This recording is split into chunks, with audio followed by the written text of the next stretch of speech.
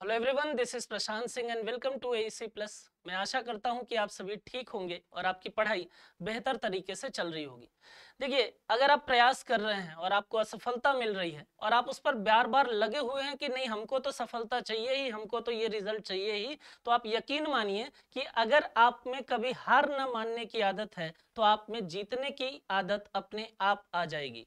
तो अगर आप बस प्रयास करते रहिए, अगर आप हार नहीं मान रहे हैं, बार बार असफलता, बार बार फेल होने के बावजूद भी आपको ये लग रहा है कि नहीं, एक दिन मैं एग्जाम निकाल ही लूंगा, और इसी एटीट्यूड के साथ में आप काम कर रहे हैं, तो आप एक दिन जीतेंगे जरूर। और आपकी आदत जो है वो कैसी होगी, वो जीतने की आदत में तब्दील जरूर होगी। तो इसी विचारधारा और इसी एटीट्यूड के साथ में आप अपनी पढ़ाई जो है वो जारी रखिए और एक दिन सफलता आपके कदम जरूर चूमेगी। आइए देखें, लास्ट क्लास में मैंने आपसे जो क्वेश्चन ऑफ द डे पूछा था वो आखिर था क्या। Where was the third edition of Khelo India junior women's hockey league launched recently. तो हाल ही में खेलो इंडिया जूनियर महिला हॉकी लीग का तीसरा संस्करण जो है वो कहाँ शुरू किया गया है, वो शुरू किया गया है न्यू दिल्ली में। ठीक है, न्यू दिल्ली में हो रहा है। स्टेडियम का नाम भी आपको यहाँ पर याद रखना पड़ेगा, और स्टेडियम का नाम है major Dhyanchand stadium. Major Dhyanchand stadium. ठीक है, कब से कब तक हो रहा है, तो दो चरण में दिखेंगे सर, 13 अगस्त से 22 अगस्त तक। और दूसरा दिखेगा आपको 22, माफ करिए, 24 अगस्त से 2 सितंबर तक। बात समझ में आ रही है, क्लियर है। तो यहाँ पर याद क्या रखना है, याद ये रखना है कि सर न्यू दिल्ली में होने वाला है, मेजर ध्यानचंद स्टेडियम में होने वाला है, थर्ड एडिशन है, कब से कब तक होगा वो। और एक और पॉइंट इसमें आप मेंशन कर सकते हैं कि टोटल टीम जो है वो कितनी इसमें भाग लेने वाली है। तो टोटल टीम भाग लेने वाली है यहाँ पर 13। बात समझ में आ रही है, तो ये पॉइंट भी आप इसमें याद रख सकते हैं। बात समझ में आ रही है, चलिए क्वेश्चन नंबर फर्स्ट की बात करते हैं। Who has recently launched a help programme in Gujarat. Gujarat में अगर हम बात करें तो वहां पर एक प्रोग्राम की अभी अभी शुरुआत की गई है, और उस प्रोग्राम का नाम है ए हेल्प प्रोग्राम, राइट। ए हेल्प प्रोग्राम की शुरुआत जो है वो की किसने है, तो वो की है पुरुषोत्तम रूपाला ने। ठीक है, याद रहेगा आपको कि किसने शुरुआत की है, तो केंद्रीय मंत्री हैं पुरुषोत्तम रूपाला, उन्होंने इसकी शुरुआत की है। अब क्वेश्चन ये उठता है कि सर ये जो ए हेल्प प्रोग्राम है इसका आखिर एम क्या है। तो एम की अगर हम बात करते हैं तो इस पे आपको दो तीन चीजें याद रखनी है। ठीक है, क्या क्या याद रखना है। पहला आपको याद रखना है कि सर इसका एम है महिलाओं की स्थिति में सुधार, मतलब कि एम्पावरमेंट के उद्देश्य से काम करेगा ये, वुमेन एम्पावरमेंट फर्स्ट। दूसरा इसमें याद रख सकते हैं कि सर राष्ट्रीय गोकुल मिशन जो चल रहा है,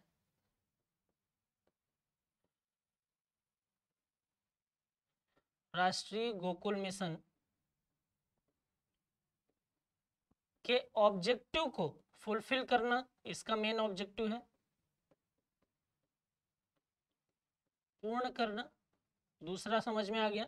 और तीसरे की अगर मैं बात करूं तो तीसरा यहां पर आप याद रखेंगे कि सामाजिक आर्थिक समानता में वृद्धि करना।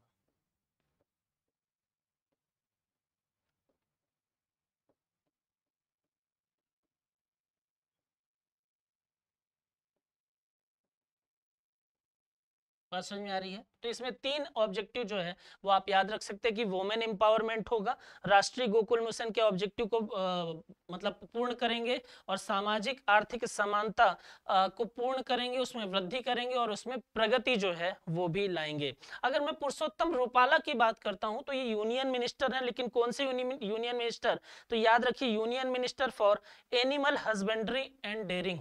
ठीक है, तो इसमें याद रखिए animal husbandry and dairying,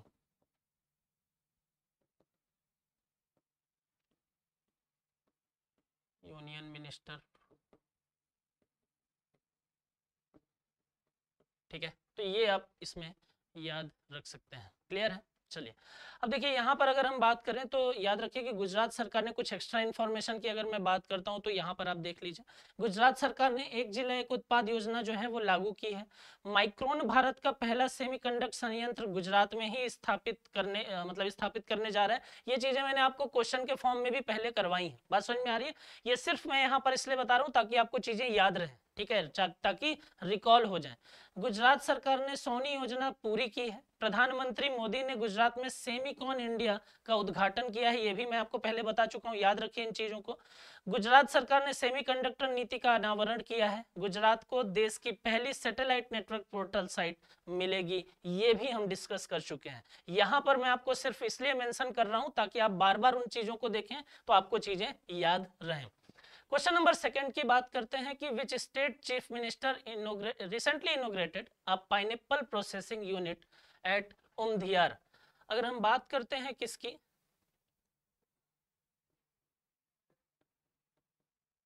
pineapple processing unit की, पाइनएप्पल प्रोसेसिंग यूनिट की, तो पाइनएप्पल प्रोसेसिंग यूनिट उमधियार की अगर हम बात करें तो किस राज्य के मुख्यमंत्री ने इसका उद्घाटन जो है वो किया है, वो किया है मेघालय राज्य के सीएम ने। बात समझ में आ रही है, किसने किया है, वो किया है मेघालय, मेघालय राज्य के सीएम ने, ठीक है। अब देखिए यहाँ पर आपको ये समझ में आ गया कि सर पाइनएप्पल प्रोसेसिंग यूनिट जो है वो स्थापित की गई है कहाँ पर, मेघालय राज्य के सीएम ने हाल ही में इसकी स्थापना की है, ठीक है। कहाँ पर की है, तो उमधियार में की है, ठीक है। अब बात आती है कुछ बेसिक चीजों की कि सर मेघालय के सीएम जो है वो कौन है। अब कुछ दिन पहले ही मैं मेघालय से संबंधित क्वेश्चन आपको करा रहा था, तो वहां पर मैंने सीएम का नाम बताया था, कॉनराड संगमा, ठीक है। तो यहाँ पर ये याद रखा करिए कि किसी भी स्टेट की जब हम बात करते हैं तो ये आप याद रखें कि उस स्टेट के सीएम जो है वो कौन है, तो कॉनराड संगमा जो है वो यहाँ के सीएम है। दूसरा अगर मैं बात करूं तो आप किसी भी स्टेट से अगर मतलब बात कर रहे हैं, चर्चा कर रहे हैं, तो आपको ये पता होना चाहिए कि वहाँ की जो कैपिटल है, जो राजधानी है वो क्या है, तो यहाँ की राजधानी है शिलोंग, ये भी मैंने आपको बताया हुआ है। मेघालय का नाम ले रहे हैं तो आपको 3 प्रमुख जनजातियों के नाम जो है वो भी पता होना चाहिए, वो भी हम डिस्कस कर चुके हैं, रिकॉल करा देता हूं, खासी, गारो और जयंतिया। तो मुख्य जनजाति के तौर पर अगर आप देखते हैं तो आपको 3 जनजातियां जो है वो नजर आती हैं मुख्य जनजाति, जिसमें आती है खासी, गारो और जयंतिया। बात समझ में आ रही है। तो आप यहाँ पर ये 3 पॉइंट जो है ये भी याद रख सकते हैं कि इसका जो मुख्य जनजाति है वो कौन सी है, खासो, गारो, जयंतिया है। इसका जो कैपिटल है वो क्या है, शिलोंग है। इसके जो सीएम है वो है कॉनराड संगमा। नेक्स्ट इसमें आप याद रख सकते हैं, देखिए यहाँ पर अगर हम बात करें, क्योंकि हम पाइनएप्पल प्रोसेसिंग यूनिट की बात कर रहे हैं, तो पाइनएप्पल से संबंधित अगर मैं मेघालय की बात करूं तो याद रखिए कि जो अनानास है, अनानास एक ऐसा प्रोडक्ट है जो मेघालय में अगर हम बात करें तो एक जिला एक उत्पाद का महत्वपूर्ण उत्पाद है। ये बात समझ में आ रही है, एक जिला एक उत्पाद के तहत महत्वपूर्ण है। बात समझ में आ रही है, महत्वपूर्ण उत्पाद है। तो ये याद रखना है आपको कि अनानास जो है वो इंपॉर्टेंट प्रोडक्ट है किसके लिए, अगर हम बात करें तो वन डिस्ट्रिक्ट वन प्रोडक्ट के लिए, ठीक है, ओडीओपी के लिए। अब आप बात कर रहे हैं मेघालय की, तो मेघालय से संबंधित एक इंटरेस्टिंग चीज और मैंने आपको बताई हुई है, एक बार और रिकॉल करा देता हूँ कि क्या होता है। तो यहाँ पर ये बोल रहे थे कि भाई ये एक ऐसा राज्य है जहां पर शादी के बाद लड़के को लड़की के घर जाना पड़ता है, जाना पड़ता है। अब देखिए इसमें आप सभी लोगों की विचारधाराएं अलग अलग हो सकती हैं, ठीक है। किसी को लग सकता है कि सर ये सही है, किसी को लग सकता है कि सर ये तो गलत बात है। तो हम जिस ट्रेडिशन में, हम जहाँ पर जिस तरीके की चीज़ों में, इन्वायरमेंट में रह रहे हैं, हो सकता है कि हमारे आधार पर ये चीज़ें या उस इन्वायरमेंट के आधार पर ये चीज़ें जो है वो सही ना माने, लेकिन यहाँ के इन्वायरमेंट, यहाँ की संस्कृति, यहाँ के कल्चर के आधार पर ये चीज़ें सही हैं। तो इसमें मैं आपके ऊपर छोड़ रहा हूँ कि आप डिसाइड कर लीजिए कि आपके आधार पर क्या ये सही बात है, ऐसा होना चाहिए, या इसमें कुछ बदलाव जो है वो भी होने चाहिए। तो ये आपके ऊपर छोड़ दिया मैंने। फिलहाल क्वेश्चन की बात कर रहे हैं तो याद रखिए किसने किया है, मेघालय ने किया है।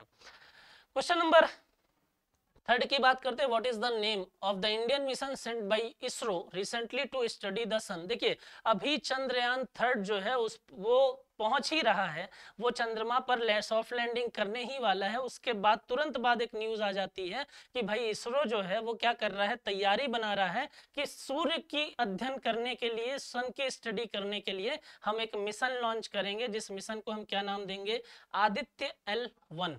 तो आदित्य L1 जो है वो किससे रिलेटेड है, आदित्य L1 जो है स्टडी, सन की स्टडी से संबंधित है।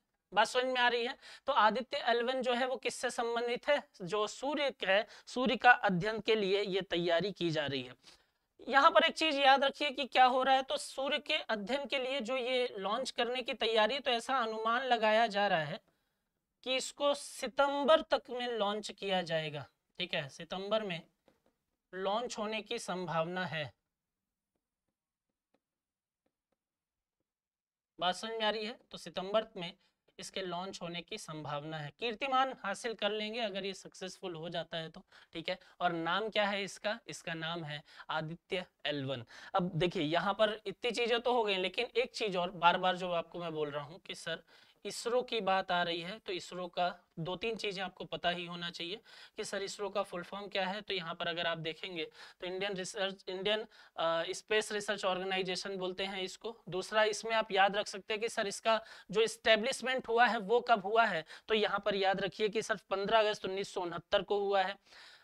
फाउंडर कौन है, तो इसके फाउंडर हैं विक्रम साराभाई, और हेड अभी कौन है, तो एस सोमनाथ जो है वो इसके हेड हैं।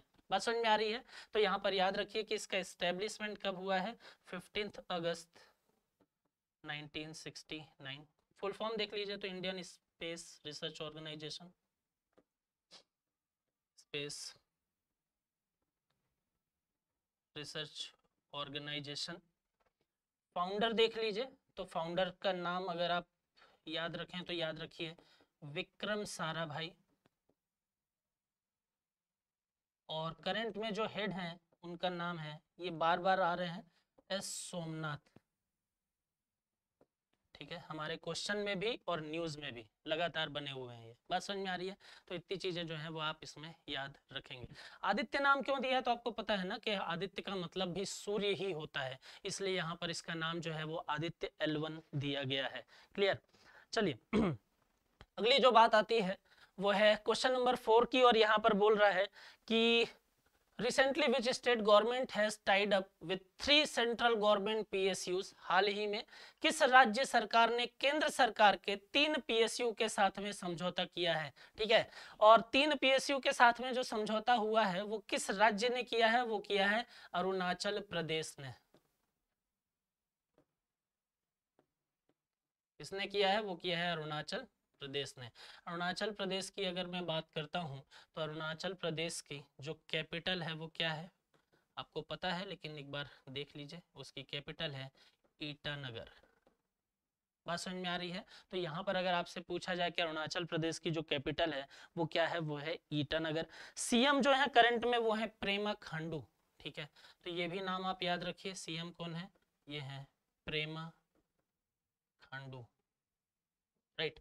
तो ये क्लियर हो गया कि सर किस राज्य सरकार ने केंद्र के 3 PSUs के साथ में किया है, तो वो किया है अरुणाचल प्रदेश गवर्नमेंट ने, जिसकी कैपिटल ईटानगर है, और सीएम जो है वो प्रेमा खांडू हैं। अब ये करेंगे क्या, ये किस प्रकार के प्रोजेक्ट हैं, तो यहाँ पर याद रखिए कि ये हाइड्रो इलेक्ट्रिक प्रोजेक्ट हैं, और इसके अंतर्गत अगर हम देखें तो 12 और प्रोजेक्ट की शुरुआत की जाएगी। ठीक है, तो यहाँ पर इस जो डील हुई है वो कैसी है, किसके लिए हुई है, वो हाइड्रो इलेक्ट्रिक प्रोजेक्ट के लिए हुई है। ठीक है, और इसके अंतर्गत अगर हम बात करते हैं तो 12 जो न्यू प्रोजेक्ट हैं वो चलाए जाएंगे। ठीक है, तो यहाँ पर आप ये याद रख सकते हैं कि Arunachal Pradesh hydro electric project के लिए है, 3 PSU के साथ में इसने किया है, और कितने मेगावाट एनर्जी, कितने मेगावाट बिजली जो है उसका उत्पादन यहाँ से होगा, तो 11,517 मेगावाट जो है वो यहाँ से प्रोड्यूस होगी। बात समझ में आ रही है। इतनी चीज आपको क्लियर हो गई। अब बात आती है कि सर वो 3 PSU कौन है, तो नाम याद रखिए NHPC। 3 PSU की अगर मैं बात करता हूं तो पहला है NHPC लिमिटेड। ठीक है, पहला तो ये क्लियर हो गया कि NHPC लिमिटेड है। दूसरे की बात करें तो SJVN लिमिटेड, VN लिमिटेड। और तीसरे की अगर मैं बात करता हूं तो नेपको लिमिटेड, ठीक है। तो यहाँ पर आप ये याद रखेंगे कि कौन से PSU हैं, तो वो ये तीनों है, राइट। तो इतनी चीजें आपको इसमें याद रखनी है। अब देखिए अरुणाचल प्रदेश की अगर हम बात करते हैं तो उससे संबंधित कुछ एक्स्ट्रा इन्फॉर्मेशन की अगर मैं बात करूं तो अरुणाचल प्रदेश में पहले गैस इंसुलेटेड सब स्टेशन का उद्घाटन किया गया है, ये आप याद रखेंगे। दूसरा, भारतीय सेना ने टंगा घाटी में अमृत सरोवर का उद्घाटन किया है। और तेनजिंग यांकी अरुणाचल प्रदेश की पहली महिला IPS अधिकारी बन गई है, नाम जरूर याद रखिएगा, तेनजिंग यांकी। और अरुणाचल प्रदेश में चाचिन ग्राजिंग उत्सव मनाया जाता है। तो इतनी चीजें आपको इसमें और याद रखनी पड़ेंगी।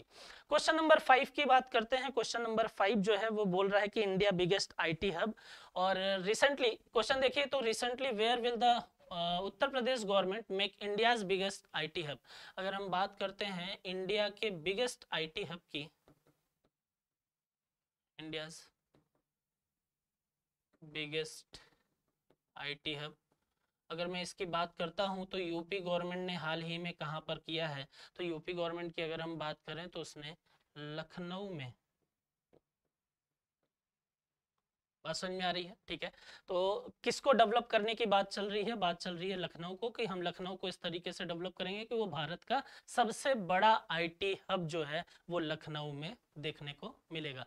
अगर मैं अभी बात करता हूं कि अभी प्रेजेंट में इंडिया का सबसे बड़ा IT हब जो है वो कहाँ है, तो वो है बेंगलुरु में। बात समझ में आ रही है, वो कहाँ पर है, वो है बेंगलुरु में, ठीक है। और बनेगा कहाँ, तो वो बनेगा लखनऊ में। बात समझ में आ रही है। 40 एकड़ की भूमि पर ये बनेगा। और यूपी राजकीय निर्माण निगम, है ना, एक नाम याद रखिए, यूपी राजकीय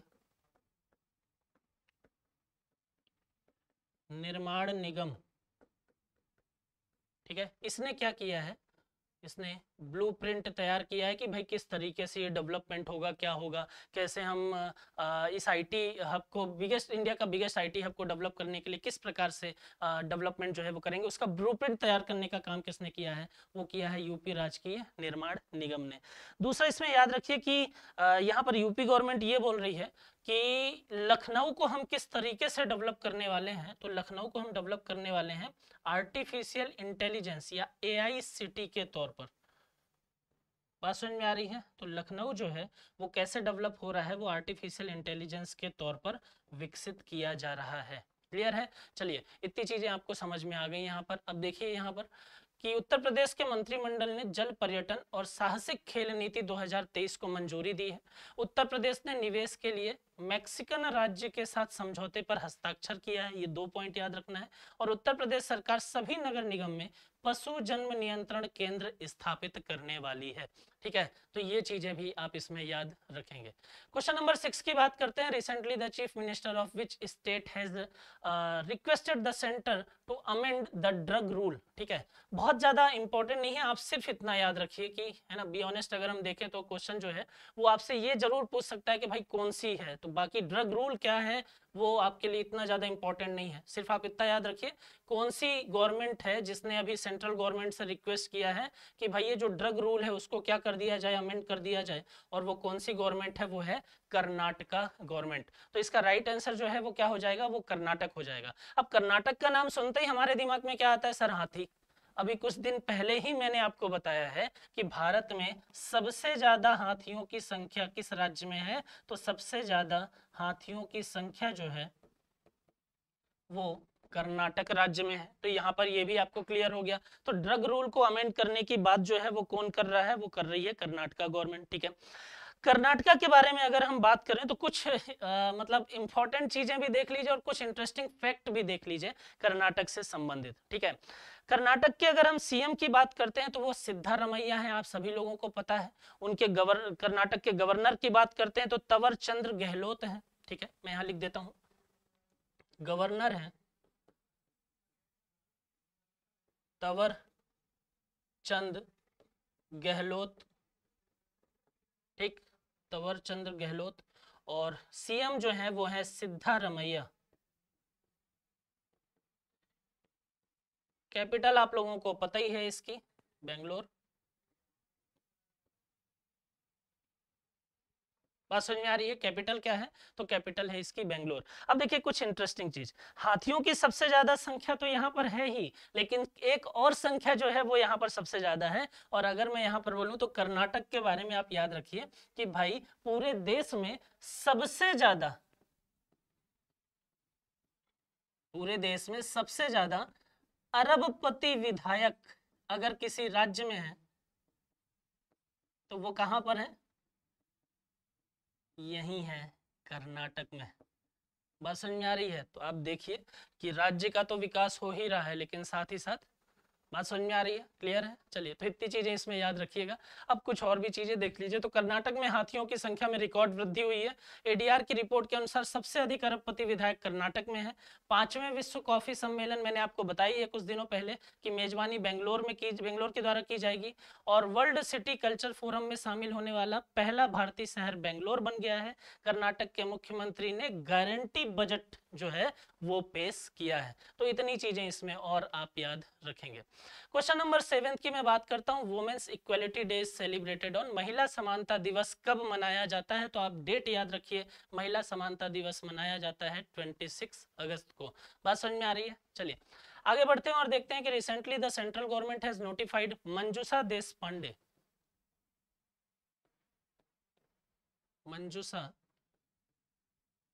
देशपांडे, मंजूषा देशपांडे को हाल ही में किस हाई कोर्ट के जज के रूप में अधिसूचित किया गया है? तो याद रखिए वो बॉम्बे हाई कोर्ट,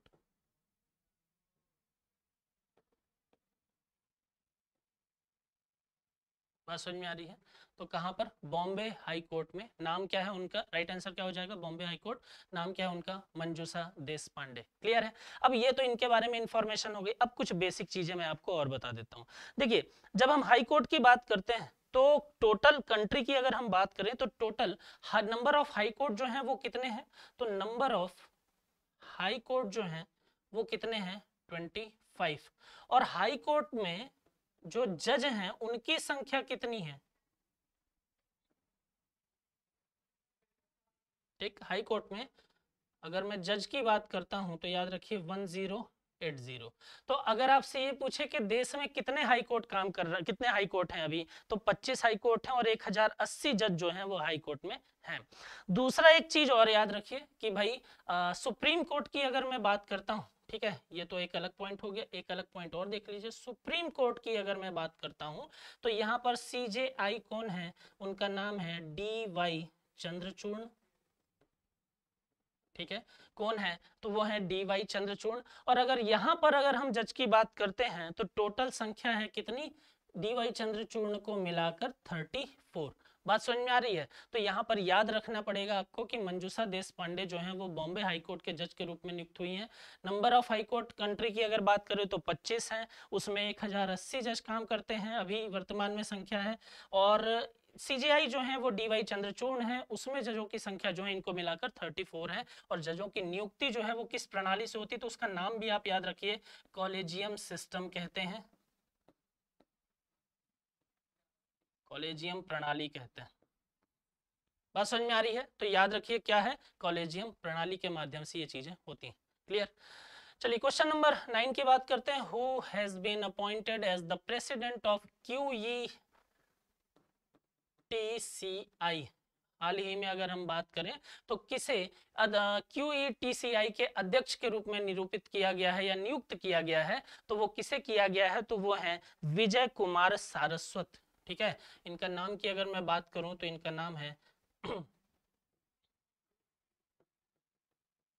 विजय कुमार सारस्वत।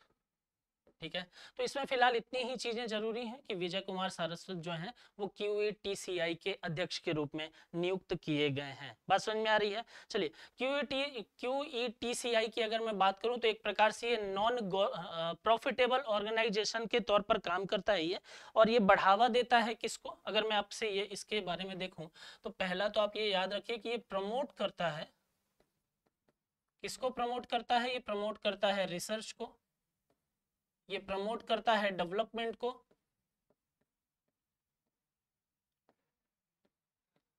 बात समझ में आ रही है। और अगर हम बात करें तो ये प्रमोट करता है क्वांटम एजुकेशन को। बात समझ में आ रही है। तो यहाँ पर याद रखिए कि ये क्या करता है, ये प्रमोट करेगा, बढ़ावा देगा, किसको, रिसर्च को बढ़ावा देगा, डेवलपमेंट को बढ़ावा देगा, क्वांटम एजुकेशन या क्वांटम टेक्नोलॉजी को बढ़ावा देगा। बात समझ में आ रही है। तो ये चीजें देखिए। अब बात आती है कि सर ये QETCI जो है वो है क्या, तो इसको बोलते हैं quantum ecosystem technology council of India, right. अगर फुल फॉर्म आपको जानना है तो आप ये भी याद रख सकते हैं, quantum ecosystem technology council of India, technology council of India. ठीक है, तो इसमें इतनी चीजें आपको याद रखनी है, राइट। चलिए क्वेश्चन नंबर 10 की बात करते हैं। Where has the national flag been hoisted on the world's highest railway bridge recently. अभी हाल ही में कहां पर विश्व के सबसे ऊंचे रेलवे ब्रिज पर राष्ट्रीय ध्वज जो है वो फहराया गया है, तो वो कहां पर फहराया गया है, वो फहराया गया है जम्मू एंड कश्मीर के रियासी जिला में, जम्मू एंड कश्मीर के रियासी जिला में। बात समझ में आ रही। अब यहाँ पर पूछ क्या रहा है, यहाँ पर राज्य पूछ रहा है, इसलिए आप इसको राइट आंसर मान लेंगे कि वो राइट आंसर जो है वो क्या हो जाएगा, जम्मू एंड कश्मीर हो जाएगा। अब देखिए ये किस नदी पर ये पुल जो है वो बनाया गया है, तो पुल बनाया गया है चेनाब नदी पर, ठीक है। और इसकी ऊंचाई जो है वो कितनी है, तो याद रखिए 415 मीटर। तो नदी से 415 मीटर ऊपर अगर हम बात करें तो ये राष्ट्रीय ध्वज जो है उसको फहराया गया है, और ये विश्व के सबसे ऊंचे रेलवे ब्रिज जो है उस पर ये फहराया गया है। बात समझ में आ रही है। चलिए जम्मू एंड कश्मीर की बात करते हैं, तो कुछ टाइम पहले मैंने आपको कुछ क्वेश्चन कराए हैं, उनसे संबंधित कुछ फैक्ट मैंने यहाँ पर डाले हैं ताकि रिकॉल हो सके। आइए देखिए, जम्मू एंड कश्मीर की बात करते हैं तो राजौरी जिले के चिकरी वुड क्राफ्ट को GI टैग मिला है, और अगर हम बात करें अनंतनाग जिले के तो मुस्क बुज्जी चावल जो है उसको GI टैग मिला है। ये चीजें मैंने आपको बताई है, तो याद रखिए। जम्मू को स्मार्ट सिटी प्रोजेक्ट लिमिटेड के तहत 100 बसें जो हैं वो मिलेंगी। जम्मू कश्मीर में डॉक्टर आपके गांव पहल जो है उसकी शुरुआत की गई है। अमेजन इंडिया पहला फ्लोटिंग स्टोर डल झील में खोलेगा, और मचैत माता यात्रा किश्तवाड़ में शुरू हुई है। तो इतनी चीजें आपको JNK के बारे में और याद रखनी पड़ेंगी। तो ये हमारे आज के 10 क्वेश्चन थे। आपके लिए जो क्वेश्चन ऑफ द डे है वो ये है कि हाल ही में किसे भारतीय टीम के लिए 300 कैप पूरे करने पर सम्मानित किया गया है। फटाफट आप इसको ढूंढिए और मैसेज करिए, कमेंट करिए, जल्दी से बता दीजिए मुझे। बात समझ में आ रही है। पढ़ाई करते रहिए, खुश रहिए। Thank you so much.